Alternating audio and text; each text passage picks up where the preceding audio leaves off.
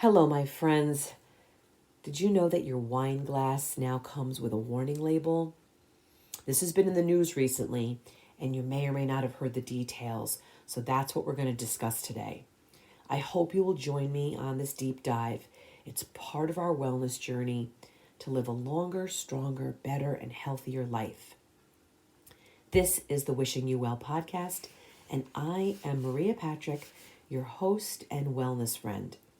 I keep track of the health and wellness headlines so you don't have to do so. I feel as if for the past several years now, that dry January has been a thing. It's the New Year's resolution that it seems like so many people have been making at the beginning of the year to not drink alcohol during the month of January. Perhaps you've done it yourself. Perhaps people do it because they're trying to lose weight at the beginning of the year. Maybe it's because they feel like they overindulged over the holidays. Whatever the reason is, it's gained some traction. Thanks to the celebrities that are getting involved with the movement, probably because a lot of people use social media to challenge themselves and others to go dry during the first month of the new year.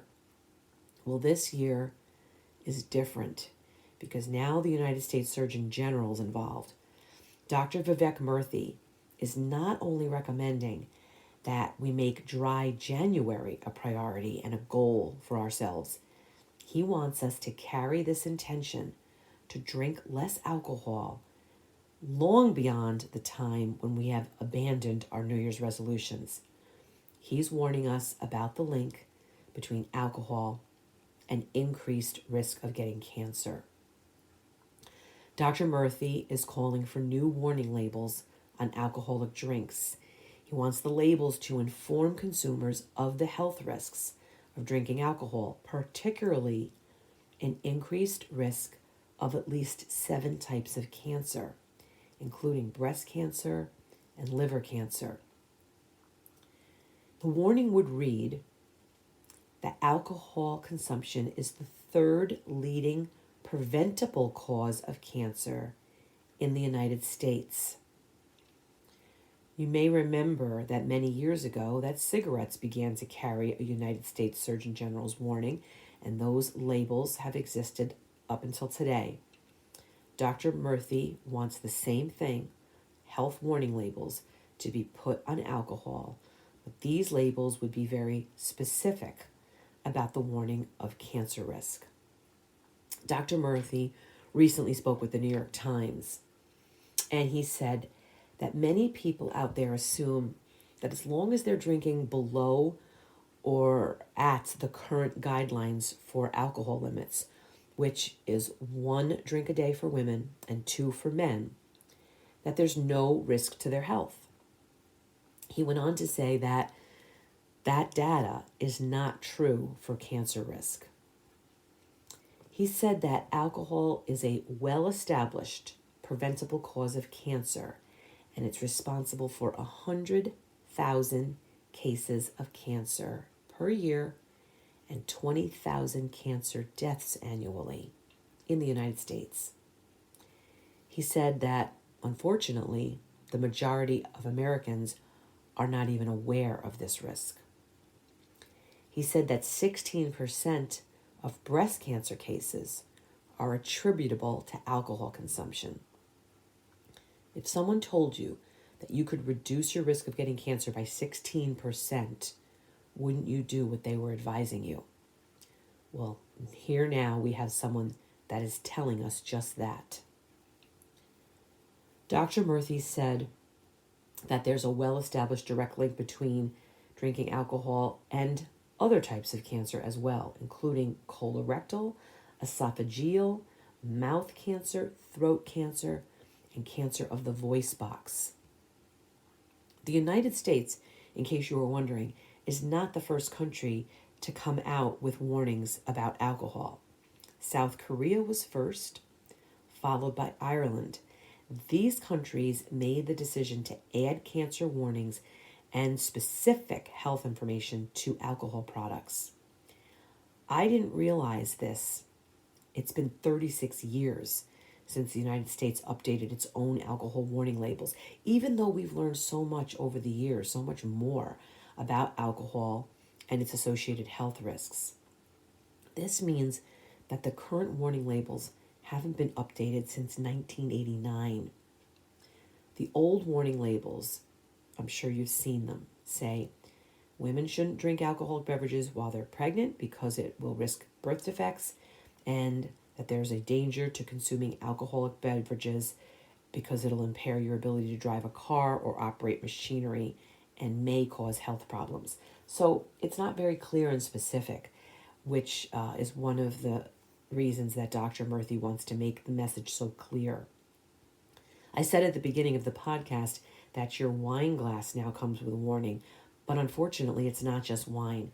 It's all forms of alcohol. So beer and liquor drinkers need to hear this warning also.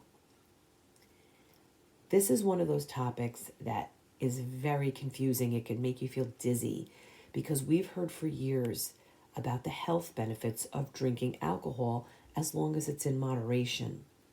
There was even a report that came out just this past December by the National Academy of Sciences, Engineering, and Medicine, which said that moderate alcohol consumption is associated with lower death rates than people who don't drink, specifically helping you to reduce cardiovascular disease. The link here is because they talk about alcohol's ability to lower your body's response to stress.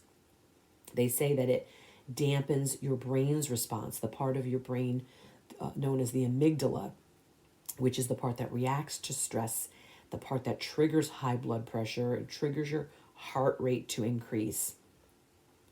So for years, we thought that the health benefits of drinking, particularly something like red wine, had everything to do with the flavonoids and resveratrol. We thought that those were the ingredients that would lower our risk of heart disease. But according to this study, it's about reducing your stress. And it doesn't matter whether it's red wine or bourbon or beer or some other drink. The benefits of drinking to reduce stress is the same, no matter what you're drinking.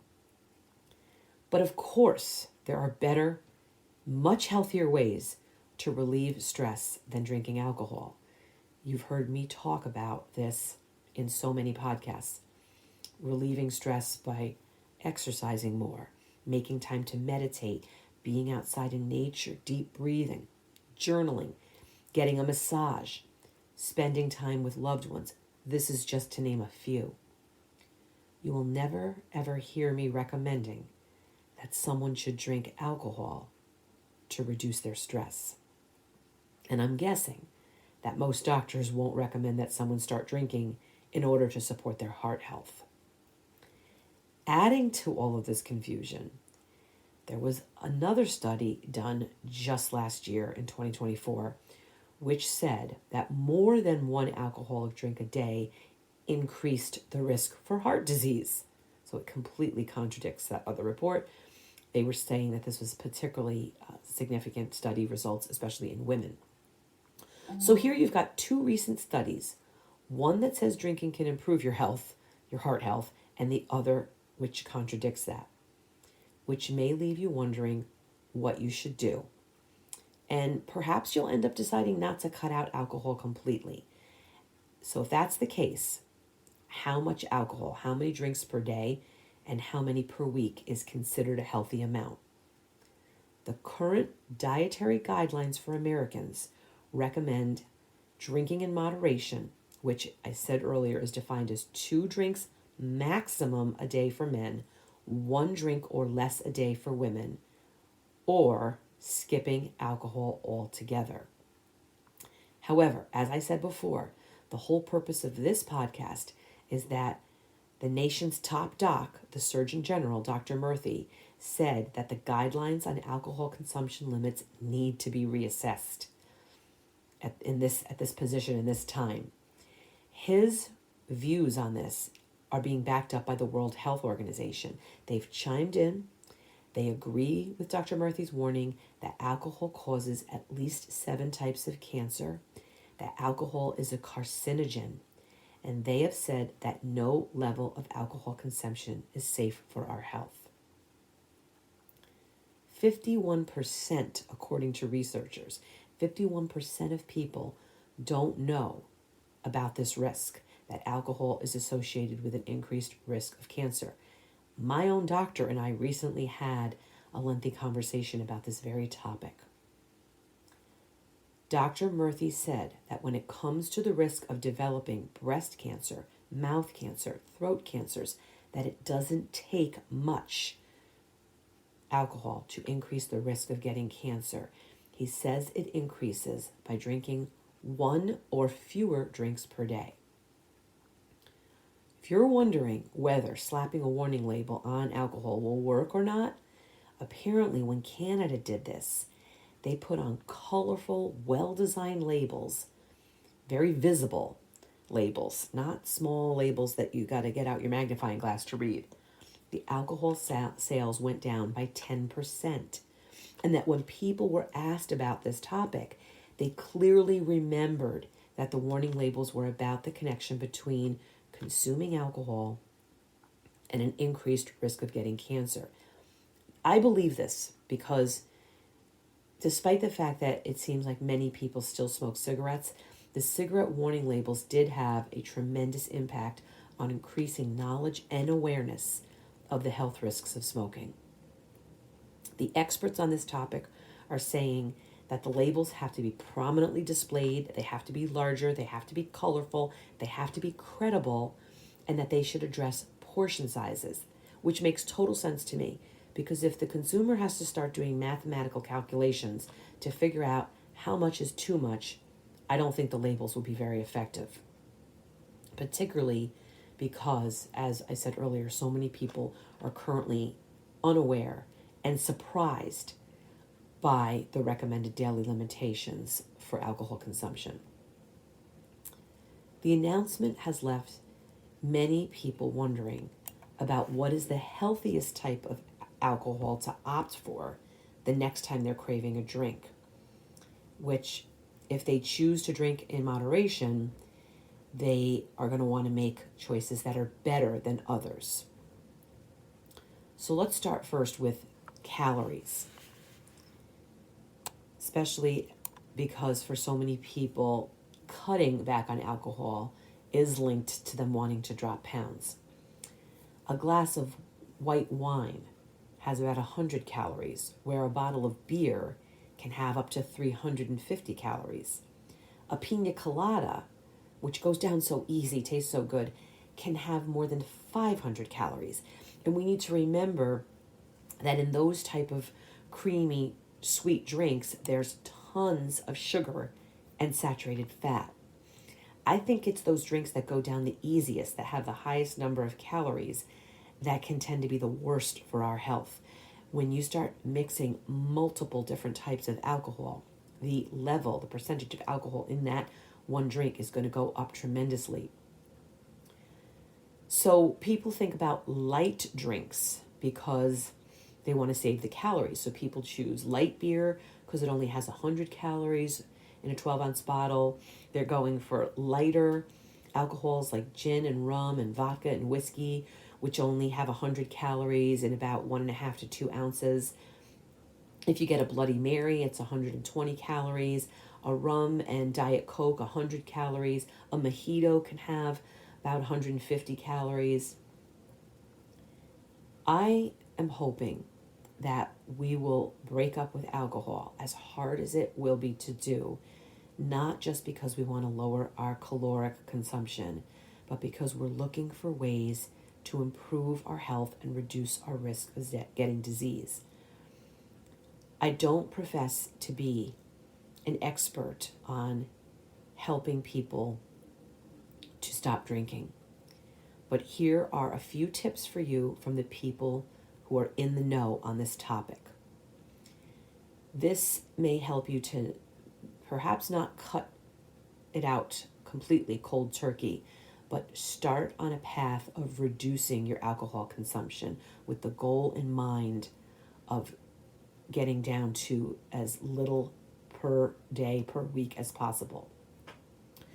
First, you can increase the amount of what you mix into your drink. So adding in more seltzer, more club soda, more juice to reduce the amount of alcohol in the drink. If you add in something bubbly, it actually slows down the pace of your drinking, which cuts not only the calories, but the amount of alcohol in half. When it comes to beer, you can pay particular attention to choose the ones that have a lower alcohol by volume. A new brewery just opened up near my home, and my friends who have gone there were so excited about the fact that the place offers so many different kinds of beer, including ones that have more than double the alcohol intake, 8.5 and 9% per glass. So you'll want to choose beers that have the same alcohol content as light beers, and Guinness is one example. And so many people describe it as being such a satisfying beer, and it's fermented, which means, oddly, that it actually supports your gut health. Pilsners and lagers also tend to be lower in alcohol and are less calorically dense. The canned alcoholic drinks have become increasingly popular because they're lower in calories and handy and require no mixing. The problem with them is that you're not only going to get the adverse effects of drinking alcohol, but you're also going to take in a lot of sugar. So another tip is to try to avoid the canned alcoholic drinks. The fact that they're so convenient, they come in so many flavors, means that people tend to consume even more of them than they normally would.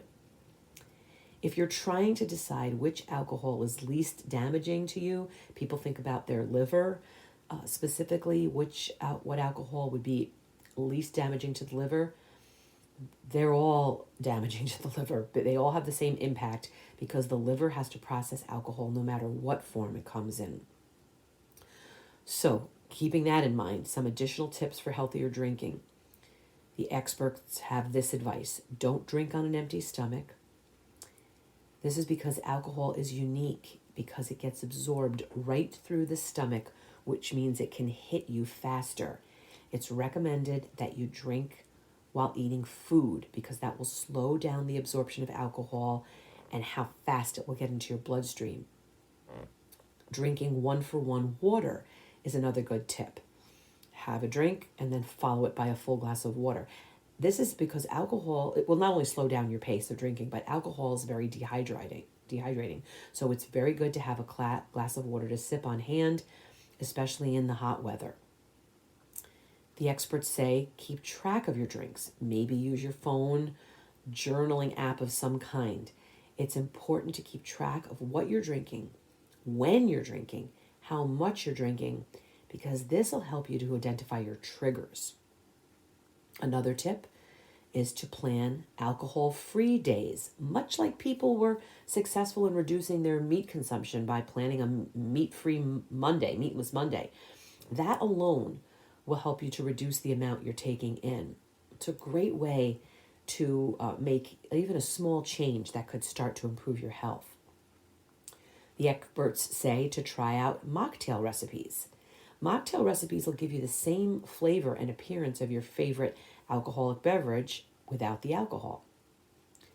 There's a lot of non-alcoholic alternatives out there now, seem to be more than ever. I even heard that this year's Super Bowl is going to have a lot of non-alcoholic beverage commercials. So that remains to be seen. We'll look forward to seeing that. There seem to be many more available options than ever before. Another tip, this one seems quite obvious, but it's certainly helped people who have tried to lose weight. Remove the temptations. Just as you have cleaned out the rubbish food out of your fridge and your pantry, purge the bottles of alcohol from your home's bar, your refrigerator, and perhaps replace them with flavored seltzers, these non-alcoholic drinks, herbal teas. You get them out of sight, they'll maybe be out of your mind. The experts say to get a friend to join you on this journey.